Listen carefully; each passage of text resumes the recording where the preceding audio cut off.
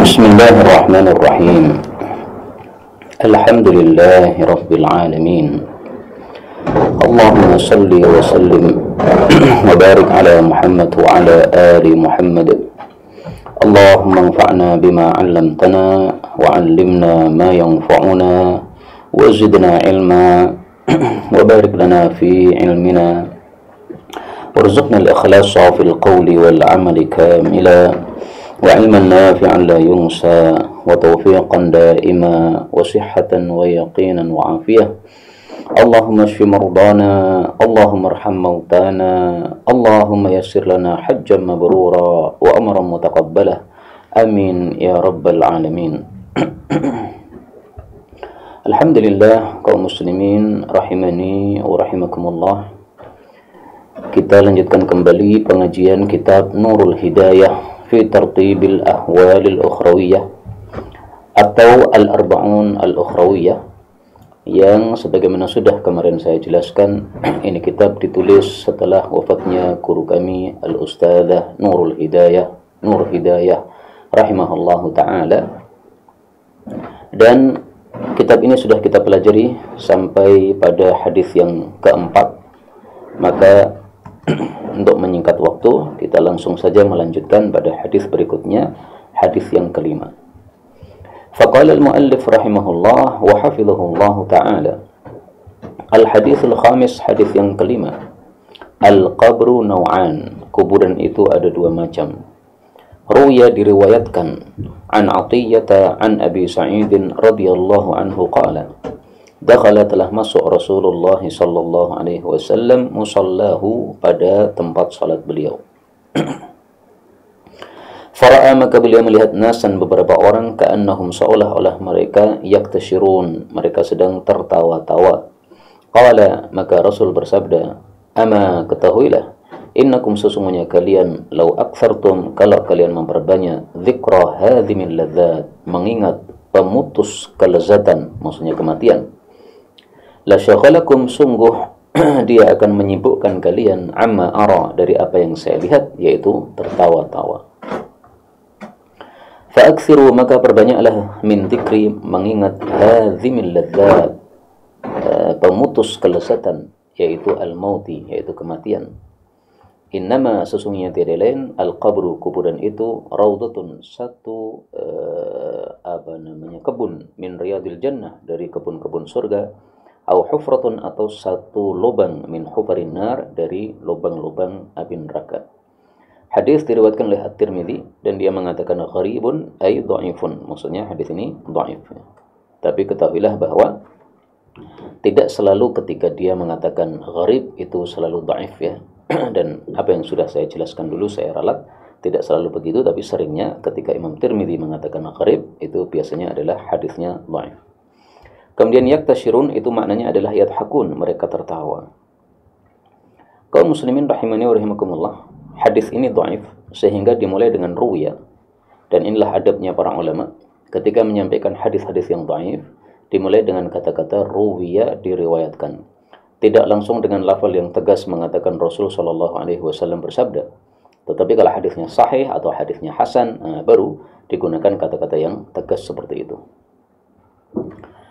Kemudian dalam hadis ini disebutkan kuburan itu ada dua macam. Ada yang menjadi taman surga, ada yang menjadi lubang api neraka.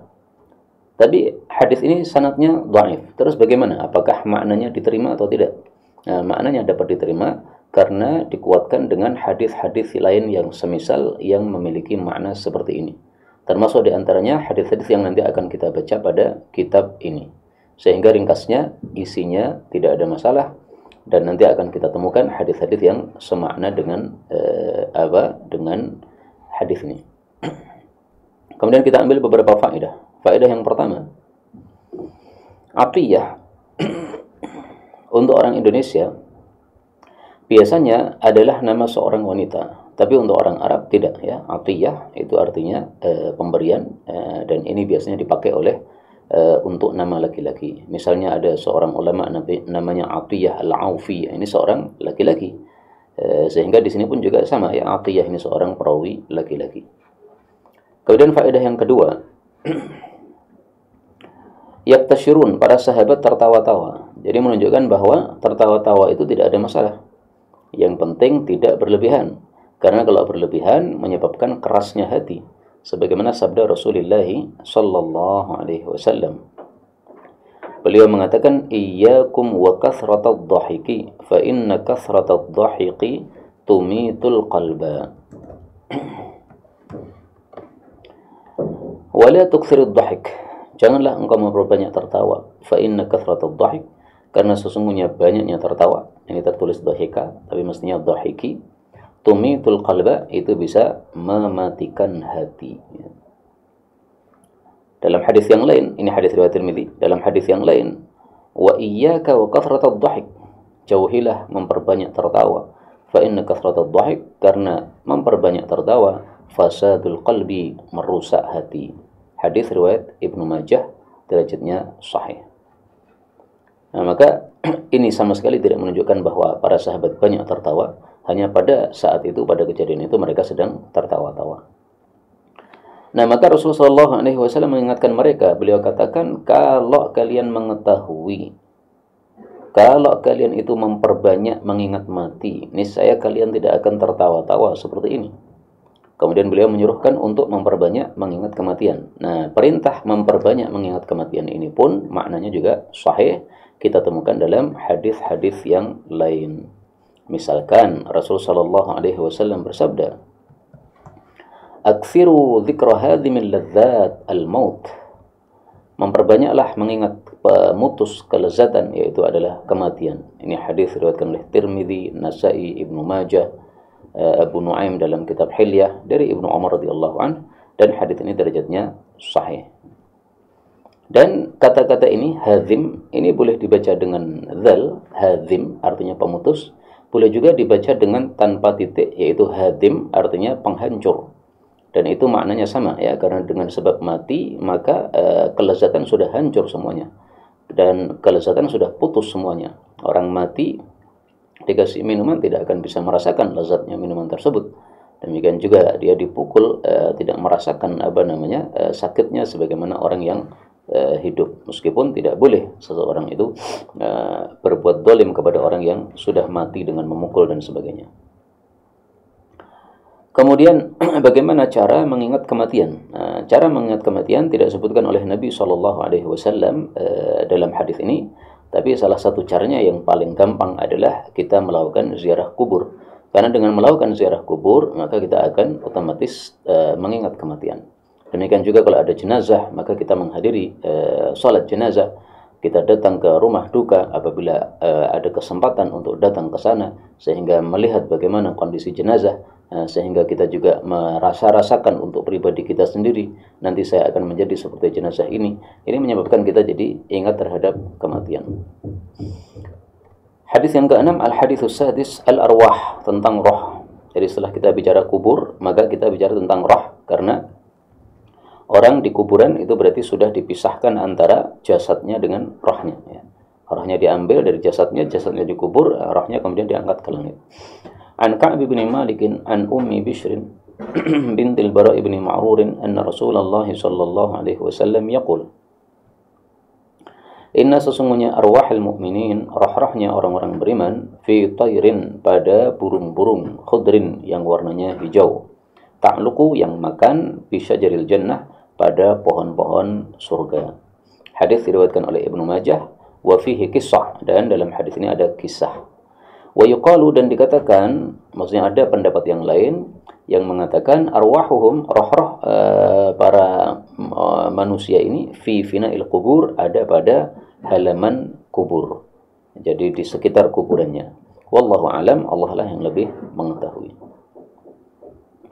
Kaum muslimin rahimani wa rahimakumullah, hadis ini menunjukkan bahwa roh itu tidak hancur sebagaimana jasad. Maka sebagian ulama mengatakan Allah menciptakan manusia untuk kekal. Karena manusia ketika mati itu hakikatnya hanya pisah antara jasad dengan roh. Tapi rohnya masih hidup. Sementara jasadnya akan lapuk, hancur. Tapi nanti ketika sudah muncul alam akhirat, akan digabungkan lagi antara jasad dengan roh. Setelah itu kekal abadi. Di surga kekal abadi, di neraka pun juga kekal abadi. Maka khalaqallahu al-insan liyakhlud. Allah ciptakan manusia supaya dia kekal, yaitu betul-betul kekal di neraka atau kekal di dalam surga. Maka mudah-mudahan semua kita masuk surga dengan aman tanpa merasakan siksa sama sekali dari Allah Subhanahu wa taala. Amin ya rabbal alamin. Kemudian dari hadis ini kita ambil beberapa faedah. Faedah yang pertama, ini Ka'ab bin Malik, seorang perawi laki-laki, meriwayatkan dari Ummi Bishrin, ini seorang wanita. Jadi seorang laki-laki berguru kepada seorang guru wanita tidak ada masalah, tetapi tentu saja bisyarti amnil fitnah, dengan syarat aman dari fitnah. Ini gurunya sudah perempuan, muridnya masih pemuda, gurunya sudah tua renta, perempuan sudah tua renta, muridnya masih muda. Ini insya Allah nggak ada masalah. Demikian juga tidak memamerkan kecantikannya. Tapi kalau perempuan masih muda, cantik lagi, kemudian muridnya juga masih muda, laki-laki, cakep lagi, nah ini sangat rentan untuk tidak aman dari fitnah. Maka Ummi Bishrin ini yang zahir ini sudah perempuan tua, dan tidak ada masalah dia mengajar para laki-laki sebagaimana Ka'ab bin Malik dan yang lain-lainnya.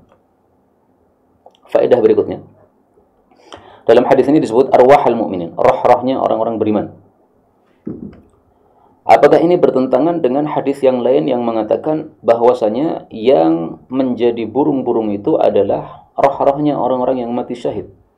Rasulullah bersabda, arwahus syuhada, roh-roh orang yang mati syahid, fi tayrin khudrin, pada burung hijau, ta'allaqu atau ta'laku haitsu sya'at, yang dia makan di mana saja pun dia berada. Nah, ini tidak bertentangan ya.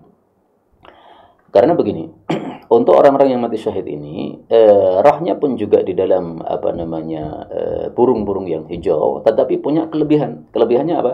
Laha qanadil, mereka memiliki lampu-lampu mu'allaqatun yang tergantung tahtal arsy, di bawah singgasana Allah Subhanahu wa taala. Nah, di sini bedanya. Kalau roh-rohnya orang-orang beriman, tidak ada jaminan bahwa mereka punya lampu-lampu yang ada di bawah singgasana Allah Subhanahu wa taala. Maka nanti akan kita baca ya, ada satu roh yang ketika dia datang ke langit, para malaikat yang membawa singgasana Allah itu pada senang. Karena apa? Tempat dia adalah di singgasana Allah Subhanahu wa taala, karena dia mati syahid. Ini hadis riwayat Imam Muslim sahih. Faedah berikutnya, di sini disebutkan tayrin khudrin, burung yang hijau. Nah, di sini menunjukkan bahwa hijau ada fadilah tersendiri, warna hijau, sehingga Allah pilih burung-burung yang mengandung roh-rohnya orang-orang beriman ini dalam warna hijau. Dan ini mengingatkan kita baju-baju ahli jannah juga hijau sebagaimana disebutkan dalam Al-Qur'an. Dan warna hijau adalah warna yang paling disukai oleh baginda Rasulullah sallallahu alaihi wasallam. Karena adalah ahabul alwan ilaih, warna paling dicintai oleh Nabi, al-khudrah, warna hijau. Hadis riwayat Tabarani, dan hadis ini derajatnya hasan. Faedah berikutnya, ta'luqu bisyajaril jannah, dia makan dari pepohonan jannah. Ini maksudnya makan dari buah-buahan yang ada di dalam jannah. Dan kalimat ini kita temukan secara jelas di dalam riwayat Imam Tirmidzi, ta'luqu min thimaril jannah. Dia makan dari pohon-pohon buah-buahan jannah. Nah, kalau bicara tentang buah-buahan jannah, maka kita tidak lupa hadis yang mengatakan bahwa buah-buahan jannah itu diambil satu akan muncul dua ya. Sebagaimana diriwayatkan, innar rajula, sesungguhnya seseorang, idza naza'a thamratan minal jannah, kalau dia memetik satu buah dari surga, adat makanaha ukhra, maka kembali di tempat itu buah yang lain. Nah, dalam riwayat yang lain itu mithlaha, yang kembali adalah 2 kali lipatnya. Jadi kita petik 1 muncul 2, kita petik 2 muncul 4, dan seterusnya. Dan hadis ini riwayat Tabarani, disahihkan oleh sebagian ulama, meskipun ada juga yang mendhaifkannya. Adapun di sini disebutkan fihi kisah, ada kisahnya. Nah, ini adalah kisahnya Ummu Bishrin sendiri. Dia ketika mengunjungi seorang sahabat Nabi yang sudah hampir wafat. Kemudian Ummu Bishrin ini berkata, wahai sahabatku, kalau kamu nanti wafat, tolong titipkan salam saya kepada fulan, yaitu yang sudah mati sebelum dia. Nah, maka sahabat Nabi yang sudah dalam kondisi sekarat ini, kemudian dia mengatakan, ya, saya lagi sibuk, malah engkau katakan seperti ini. Nah, maka Ummu Bishrin menjawab, apakah kamu tidak mendengar sabda Nabi, inna arwahal mu'minin fi tayrin khudrin ta'luqu bisyajaril jannah. Ya. Artinya kamu bisa ketemu dengan dia, insya Allah, Karena kamu juga seorang beriman, mati dalam kondisi beriman, insya Allah nanti sama-sama berada dalam burung-burung yang hijau ini. Maka dia titip salam kepada temannya yang sudah mati duluan. Masya Allah. Al-haditsus sabi', hadis yang ketujuh. Adzabul qabr, siksaan kubur. An Ibnu Mas'ud radhiyallahu anhu 'anil Nabi sallallahu alaihi wasallam annahu qala. Ini hadisnya panjang ya, maka saya potong-potong saja. Umirat telah diperintahkan bi'abdin seorang hamba min ibadillahi, dari hamba-hamba Allah, ayyudraba, supaya dipukul dia fi qabrihi, dalam kuburannya, mi'ata jaldah, 100 kali cambukan. Seperti hukuman orang yang berzina yang tidak muhsan. Falam yazal, maka tidak henti-hentinya dia itu yas'alu, meminta, wa yad'u, dan doa, hatta sarat, sehingga jadilah jaldatan wahidah, 1 kali pukulan saja. Ini tanda bahwa hamba ini adalah hamba yang beriman. Karena kalau orang kafir berdoa kepada Allah, tidak akan dikabulkan oleh Allah Subhanahu wa Ta'ala, yaitu di dalam kuburnya seperti ini nggak akan diterima doa orang-orang kafir. Sebagaimana Allah katakan di dalam Al-Quran, وَمَا دُعَاءُ الْكَافِرِينَ إِلَّا فِي ضَلَالٍ. Tidaklah doanya orang-orang kafir kecuali dalam kesia-siaan, tidak akan dikabulkan oleh Allah Subhanahu wa Ta'ala. Surat Ar-Ra'd ayat 14, demikian juga surat Ghafir ayat 50. Kemudian fajulida, maka dia pun dicambuk jaldatan wahidah, dengan 1 kali cambukan. Famtala'a, lalu penuhlah qabruhu, kuburannya, alaihi, terhadapnya, naran, dengan api. Jadi ini menunjukkan apa? Siksaan kubur itu salah satunya adalah dengan dicambuk, tapi begitu dicambuk menjadi api. Na'udzubillahi min syarri dzalik. Jadi bayangkan sendiri ya, kuburan yang sempit seperti itu, kemudian dicambuk penuh dengan api, betapa panasnya rasanya dalam kubur tersebut. Falamma, maka tatkala irtafa'anhu, telah naik darinya, maksudnya sudah selesai siksanya, qala, dia bertanya, alama, atas dasar apa, jalattumuni, kalian mencambuk saya. Jadi maksudnya salah saya apa? Qalu, mereka mengatakan, innaka, sesungguhnya engkau, sallaita, salatan, 1 salat, bi ghairi tuhurin, tanpa bersuci. Nah, di sini disebutkan 2 kesalahan ya. Kesalahan pertama, salat tanpa bersuci. Jadi salat tanpa bersuci ini termasuk perbuatan maksiat. Karena disuruh kita untuk salat dalam keadaan bersuci. Sebagaimana Allah Subhanahu wa Ta'ala katakan, wa thiyabaka fatahhir, dan bajumu maka sucikanlah, yaitu ketika akan salat maka sucikanlah bajumu dari najis. Demikian juga kita disuruhkan, idza qumtum ila sholati faghsilu, kalau kalian mau salat maka hendaklah berwudu, harus bersuci dulu. Nah, ketika tidak melakukan ini berarti maksiat kepada Allah Subhanahu wa Ta'ala. Maka orang yang tidak bersuci ketika salat padahal dia sudah hadas, ini ada 2 konsekuensi. Konsekuensi pertama, dia mendapatkan dosa karena sudah melanggar perintah Allah Subhanahu wa Ta'ala. Konsekuensi kedua, salatnya tidak sah, sehingga dia masih punya hutang 1 salat tersebut. Kalau dia lakukan 5 kali, berarti hutang 5 salat. Karena salatnya tidak sah. Kemudian kesalahan yang kedua, wa mararta, dan kamu melewati ala mazlumin, seseorang yang terzalimi, falam tangsurhu, lalu kamu tidak menolongnya. Maksudnya, kamu tidak menolongnya, padahal punya kemampuan untuk menolong. Jadi, menolong orang yang terzalimi, hukumnya adalah wajib. Dan itu diperintahkan oleh Rasul sallallahu alaihi wasallam, unsur akhaka zaliman au mazluman. Unsur, perintahkanlah, akhaka, tolonglah, akhaka, saudaramu, zaliman, baik dia zalim, au mazluman, atau dia terzalimi. Maka Rasulullah ditanya, wahai Rasulullah, orang zalim kok ditolong gimana? Kalau terzalimi memang ditolong. Nah, maka Rasulullah menjawab, tahjuzuhu anid zulmi fa inna dzalika nasruh. Caranya kamu halangi dia dari berbuat zalim, itulah menolong orang yang berbuat zalim. Karena orang yang berbuat zalim sama dengan menceburkan diri dalam api neraka. Nah, maka supaya dia tidak tercebur dalam api neraka, kita pegang tangannya, supaya tidak melanjutkan kezalimannya, sehingga dia selamat dari api neraka, dan itu sama dengan menolong dia. Ini hadis diriwayatkan oleh Al-Imam Al-Bukhari. Maka menolong orang zalim hukumnya apa? Menolong orang yang terzalimi hukumnya adalah wajib. Saya katakan tadi bahwa wajibnya adalah ketika ada kemampuan. Kenapa? Karena hukum asalnya memang secara umum seperti itu. Allah tidak akan membebani kita kecuali apa yang kita mampu. Dalam Al-Quran surat Al-Baqarah ayat yang terakhir, la yukallifullahu nafsan illa wus'aha. tidaklah Allah membebani satu jiwa kecuali sesuai dengan kemampuannya. Ibnu Mas'ud pernah di awal-awal Islam, ketika masih ada di Mekah, Rasulullah Shallallahu Alaihi Wasallam sedang sujud, tiba-tiba dilempari kotoran-kotoran binatang unta. Maka Ibnu Mas'ud mengatakan, kalau saya punya kekuatan sudah saya lawan itu orang-orang kafir dan saya bersihkan kotoran yang ada yang ditimpukkan di badan Nabi Shallallahu Alaihi Wasallam. Tapi karena dia tidak punya kekuatan, ya, akhirnya daripada dia diantemi dan dipukuli oleh orang-orang kafir, dia biarkan saja Rasulullah dalam kondisi sujud dalam keadaan kotor seperti itu.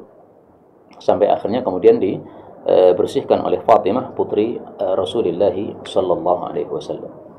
Di sini Ibnu Mas'ud tidak terkena hadis ini.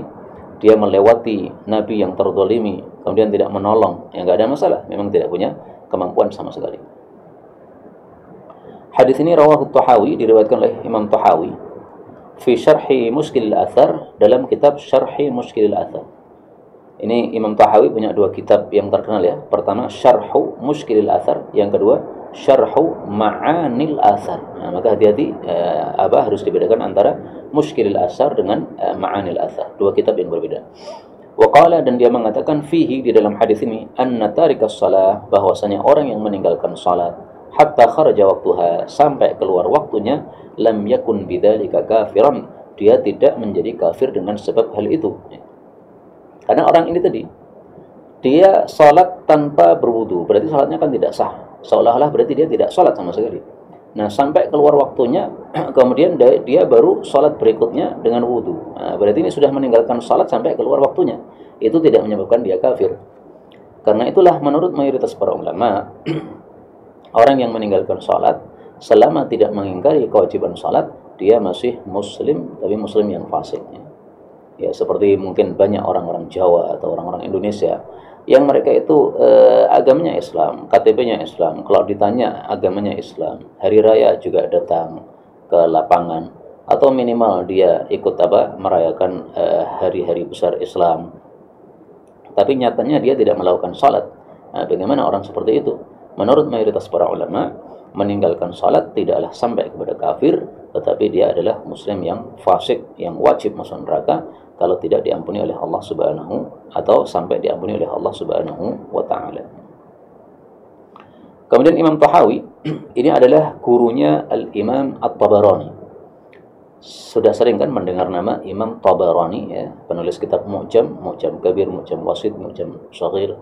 Nah, itu gurunya adalah salah satunya adalah Imam At-Tahawi ini.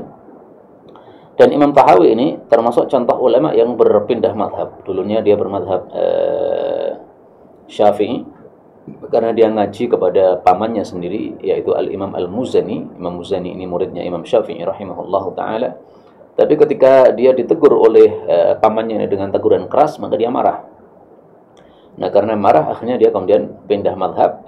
Dia mempelajari madhab Hanafi, dan akhirnya menjadi ulama madhab Hanafi yang sangat populer sekali, Imam Tahawi ini. Maka beliau menguasai dua madhab, ya, madhab Syafi'i dan madhab Hanafi. Baik, kita lanjutkan al-hadits tsamin, hadis yang ke-8, dhammatul qabri. Kencetan dari kuburan.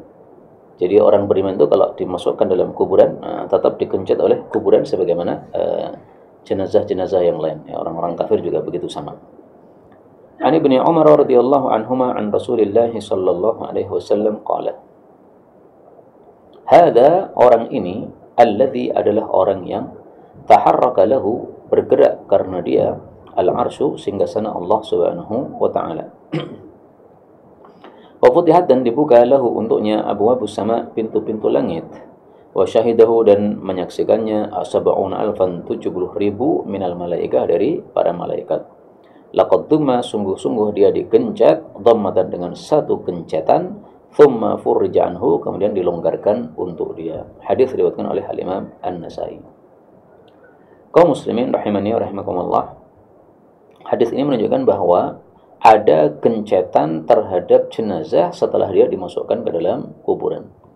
Dan ini berlaku untuk orang-orang beriman maupun orang-orang kafir, sama saja.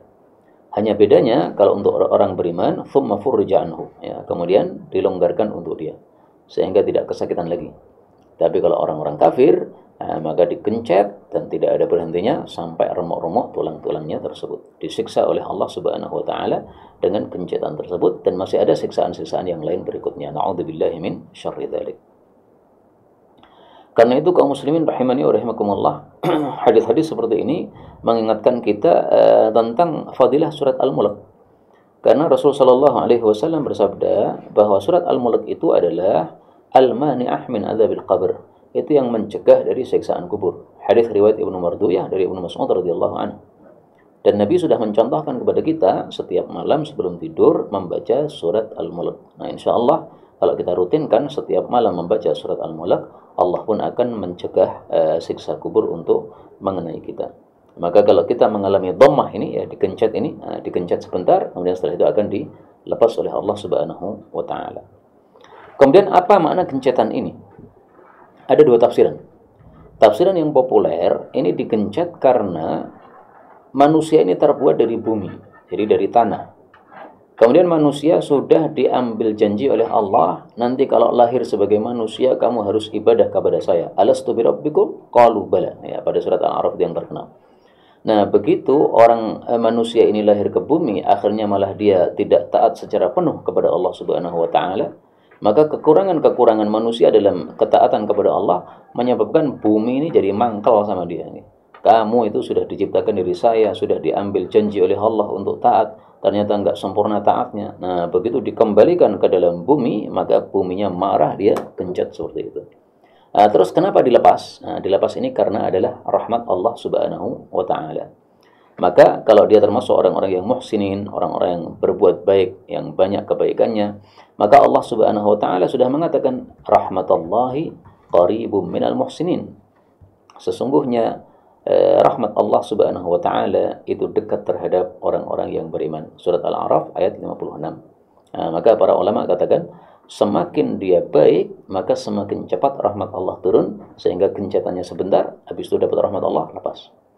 Tapi semakin lama rahmat Allah turun, semakin lama pula dia dikencet. Pokoknya dikencet terus sampai rahmat Allah datang. Rahmat Allah datang baru dilepas. Ini tafsiran yang pertama, dan ini lebih masyhur. Tafsiran yang kedua mengatakan bahwa bumi menggencet dia itu karena rindunya kepada anaknya. Jadi manusia ini kan diciptakan dari bumi. Seolah-olah bumi itu adalah ibunya. Nah, ketika sudah lepas dari bumi jadi manusia, berarti sudah lama pisah. Nah, begitu balik kepada ibunya, maka dia pun rindu, saking rindunya kemudian dikencet seperti itu. Wallahu a'lam bishawab.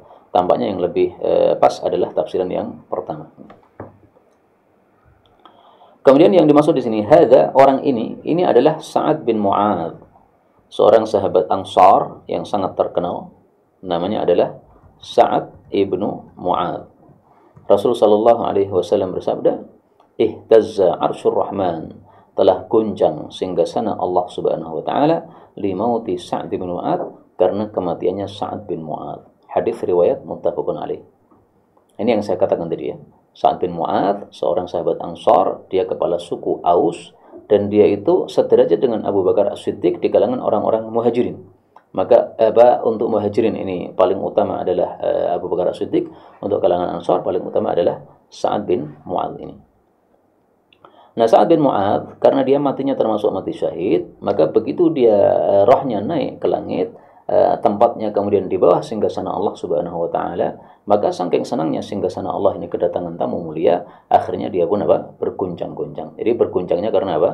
Karena kegirangan dan bahagia menyambut roh yang sangat mulia tersebut. Kemudian kata-kata ini sab'una alaf, 70.000, ini adalah lit takfir, untuk menunjukkan banyak, bukan lit tahdid, bukan untuk pembatasan. Jadi orang Arab seringkali menggunakan kata-kata 70 atau 70.000 atau 700.000, ya kelipatan 7, itu untuk menunjukkan banyak. Ya. Sebagaimana kalau orang Indonesia mengatakan peng seket buntet, atau orang Jawa ya. Kemudian mereka juga mengatakan pulau 1000, itu enggak harus 1000 betul-betul, tapi maksudnya adalah banyak sekali. Kemudian kaum muslimin rahimani wa rahimakumullah, di sini ada urutan kondisi-kondisi akhirat. Tartibu ahwalil akhirah, urutan kengerian-kengerian akhirat, minan nusyuri, dari bangkit dari kubur. Nusyur itu adalah dihidupkan setelah mati, ila daril khuldi, sampai pada kampung kekal, yaitu surga ataupun neraka. Tartibuha urutannya ala sabilil ijmal secara global kama qala ulama sebagaimana dikatakan oleh para ulama ma yali seperti ini. Ya, jadi saya harus tegaskan urutan ini bukan dari Nabi sallallahu alaihi wasallam, tapi dari hadis-hadis yang sangat banyak. Nah, kemudian para ulama membaca hadis-hadis tersebut, salah satunya muncul pendapat seperti ini. Nanti kalau ada sebagian ulama yang mengurutkan tidak seperti ini, nggak ada masalah. Ini semuanya adalah apa? Ijtihad. Ini saya ambil salah satunya dari pendapat ulama yang ada. Yang pertama adalah al-qiyam minal qubur bin nafkhati tsalitsah. Bangkit dari kubur dengan sebab terompet yang ketiga. Jadi ada 3 terompet, 1 untuk kehancuran alam semesta, 2 untuk kematian seluruh makhluk bernyawa, 3 untuk kebangkitan seluruh makhluk bernyawa. Yang kedua adalah mahsyar, padang mahsyar dikumpulkannya manusia semuanya untuk dihisab oleh Allah Subhanahu wa taala. Yang ketiga haudu nabiyina sallallahu alaihi wasallam, telaga nabi kita, wa haudu kulli nabiyyin, dan juga telaganya seluruh para nabi. Nah, ini namanya telaga Kautsar untuk Nabi Muhammad sallallahu alaihi wasallam. Disebut telaga Kautsar karena sumbernya dari sungai Al-Kautsar. Dan setiap nabi punya telaga masing-masing untuk umatnya masing-masing mereka. Yang keempat asy-syafa'atul uzma, mendapatkan syafaat yang terbesar. Syafaat yang terbesar maksudnya setelah manusia dikumpulkan di padang mahsyar ditelantarkan oleh Allah. Nah, mereka kesusahan di situ. Karena matahari sangat dekat, sangat panas, keringat sangat banyak bercucuran, akhirnya mereka kesusahan. Maka mereka minta kepada Nabi Adam alaihissalatu wassalam untuk dimintakan syafaat kepada Allah supaya segera diselesaikan. Nabi Adam ternyata menunjuk Nabi Nuh, Nabi Nuh menunjuk Nabi Ibrahim, Ibrahim menunjuk Musa, Musa menunjuk Nabi Isa, nah Nabi Isa menunjuk Nabi Muhammad sallallahu alaihi wasallam. Saat itulah Nabi Muhammad memberikan syafaat uzma. Kemudian al-ard, ya, dihadapkan. Kemudian al-ma'adzir, yaitu menyampaikan udzur-udzur, alasan-alasan. Ini semuanya nanti ada penjelasannya di bawah ya, sehingga saya cukup menerjemahkan saja, nggak perlu diperjelas secara panjang lebar. Tatayurul kutub, terbangnya kitab-kitab, maksudnya catatan amal. Wa khatmul afwah, dan dikuncinya mulut-mulut sehingga nggak bisa bicara. Wa qiraatul kutub, dan dibacanya kitab-kitab catatan amal tadi. Kemudian yang ke-8 adalah al-hisab, dihisab oleh Allah Subhanahu wa taala. Jadi dihisab itu setelah apa?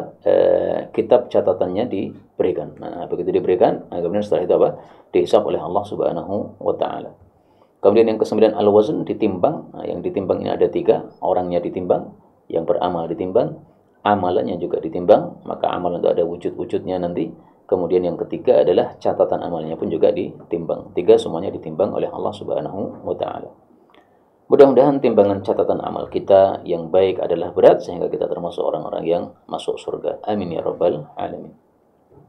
Kemudian tawaifun nas, kelompok-kelompok manusia, wa alwiyatul anbiya, dan bendera-bendera para nabi. Nah, jadi nabi bawa bendera masing-masing, kemudian mengikuti mereka. Kemudian manusia dikelompok-kelompokkan, ya, ada ahli surga, ada ahli neraka, ada ulama, ada para tulabul ilm, ada aghnia yang mereka rajin sedekah dan sebagainya. Kelompok-kelompok ini akan dikumpulkan oleh Allah Subhanahu wa taala, baik kelompok yang baik maupun kelompok yang buruk sama saja. Yang ke-11 az-zulmah, mohon maaf ya, az-zulmah, gelap. Jadi nanti ada gelap sehingga orang-orang munafik susah karena mereka tidak punya sinar. Wasur, kemudian ada pagar nanti. Kemudian yang ke-12 al-jisr, atau nama lainnya adalah sirat, yaitu jembatan di atas neraka jahanam yang sangat tipis, lebih tipis daripada 1 helai rambut dan lebih tajam daripada pedang, sebagaimana diriwayatkan oleh Imam Muslim, tetapi dengan hadis yang tidak marfu' dari Nabi sallallahu alaihi wasallam secara sahih. Yang ke-13 al-qantarah. Qantarah ini adalah jembatan yang kedua. Jadi setelah jembatan di atas neraka jahanam, untuk masuk surga ini ada jembatan lagi. Nah, itulah yang disebut apa? Qantarah, jembatan kedua. Di situ terjadi qisasul madzalim, membalas kezaliman-kezaliman antar kaum muslimin. Jadi yang bisa melewati di atas jembatan neraka itu kan kaum muslimin tuh. Tapi setelah itu tidak bisa langsung masuk surga. Kezaliman-kezaliman seperti menuduh orang dan sebagainya, itu semuanya diselesaikan dulu. Kalau udah diselesaikan kezaliman-kezaliman antar kaum muslimin, baru diizinkan masuk surga. Tapi kalau ternyata pahala-pahalanya habis di situ untuk membayar kezaliman-kezaliman, na'udzubillahi min syarri dzalik, bisa ditarik oleh Allah Subhanahu wa taala masuk ke dalam neraka sebagaimana dalam hadis yang lain. Kemudian yang ke-14, dukhulu jinanir rahman, masuk ke dalam jannah-jannahnya Allah Ar-Rahman. Dan mudah-mudahan semua kita masuk surga tanpa hisab, tanpa azab. Amin ya rabbal alamin.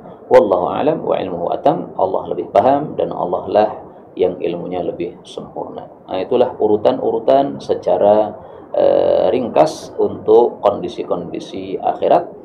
Adapun perinciannya disebutkan pada poin-poin setelahnya, yaitu hadis 9 dan seterusnya. Ini menjelaskan secara lebih terperinci atau dalil-dalil untuk poin-poin yang sudah kita urutkan tadi. Nah, maka poin pertama jangan dilupakan, yaitu an-nafkh, ya, ditiupnya sangkakala yang ketiga, kemudian orang-orang pada bangkit dari kubur. Dalilnya adalah an Abi Hurairah radhiyallahu anhu, anin Nabi sallallahu alaihi wasallam qala, bainan nafkhataini, di antara dua tiupan, arbaun, adalah 40. Dua tiupan ini maksudnya adalah tiupan yang menyebabkan kematian seluruh makhluk bernyawa.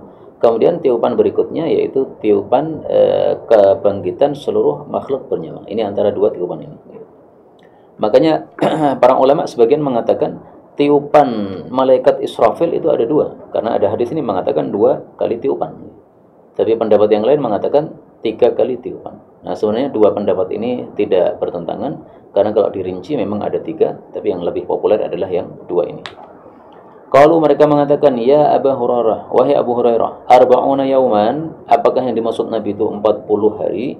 Qala, dia mengatakan, apa itu, saya enggan. Maksudnya saya tidak mau menentukan. Nabi saja tidak menentukan, ya.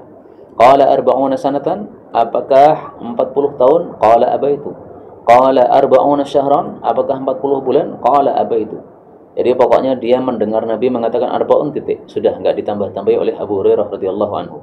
Kemudian dia lanjutkan sabda Nabi sallallahu alaihi wasallam. Wa yabla, dan hancur, kullu syai'in, segala sesuatu, minal insan, dari manusia, illa, kecuali, ajbadha nabihi, tulang ekornya, fihi, padanya, yurakkabu, akan dirakit, al-khalqu, makhluk-makhluk itu. Hadis muttafaqun alaih.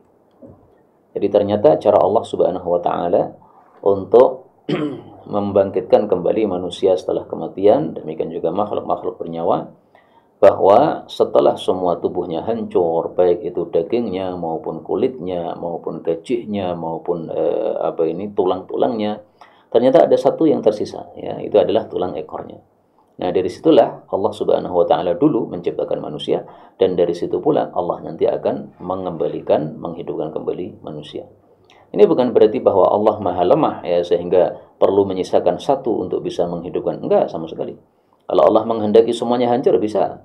Tetapi bisa jadi ini adalah hikmahnya adalah Allah ingin memberikan bukti kepada manusia. Saya itu bisa menghidupkan kalian setelah kematian. Maka disampaikan oleh Nabi SAW bahwa tulang ekor manusia itu nanti yang akan Allah bangkitkan manusia dari situ. Nah, maka orang yang tidak percaya dengan hal ini, dia disuruh untuk mencari di kuburan, ya. Ada enggak tulang ekor manusia? Kalau masih ada, berarti betul apa yang dikatakan oleh Nabi SAW, bahwa manusia hancur binasa kecuali tulang ekornya. Dan sebagaimana sabda Nabi yang tadi, beliau mengatakan, dari situlah, dari tulang ekor itulah Allah Subhanahu wa taala akan menciptakan manusia. Nah, kemudian di sini arbaun 40 ini karena tidak disebutkan oleh Nabi, ya kita tidak mengetahui hakikatnya. Bisa 40 hari, bisa 40 tahun, bisa 40 bulan, bisa 40 pekan, wallahu a'lam bishawab. Bisa juga 40 jam, ataupun terserah Allah Subhanahu wa taala. Yang jelas para ulama katakan, orang-orang dalam kuburan itu istirahatnya cuma dalam masa ini, ya. Jadi orang-orang yang disiksa dalam kubur, mereka tersiksa terus. Sejak mati sampai hari ini tersiksa terus sampai hari kiamat tersiksa. Nah, begitu muncul tiupan kematian, setelah itu istirahat 40, lamanya 40, kemudian tiupan kebangkitan. Nah, selama 40 inilah mereka bisa istirahat, bisa rehat. Nah, begitu mereka bangkit ke alam kiamat, ke alam akhirat, maka mereka terkaget-kaget semuanya karena melihat kondisi kengerian hari kiamat sebagaimana tadi yang sudah disebutkan. Inilah kaum muslimin rahimani wa rahimakumullah, beberapa hadis yang dapat kita baca pada pertemuan kali ini. Sudah 5 hadis kita baca. Maka insyaallah hadis berikutnya, hadis yang ke-10, kita baca pada waktu yang akan datang. Benar dari Allah Subhanahu wa taala, kalaupun ada salahnya, fa astaghfirullahal azim li wa lakum, walhamdulillahi rabbil alamin.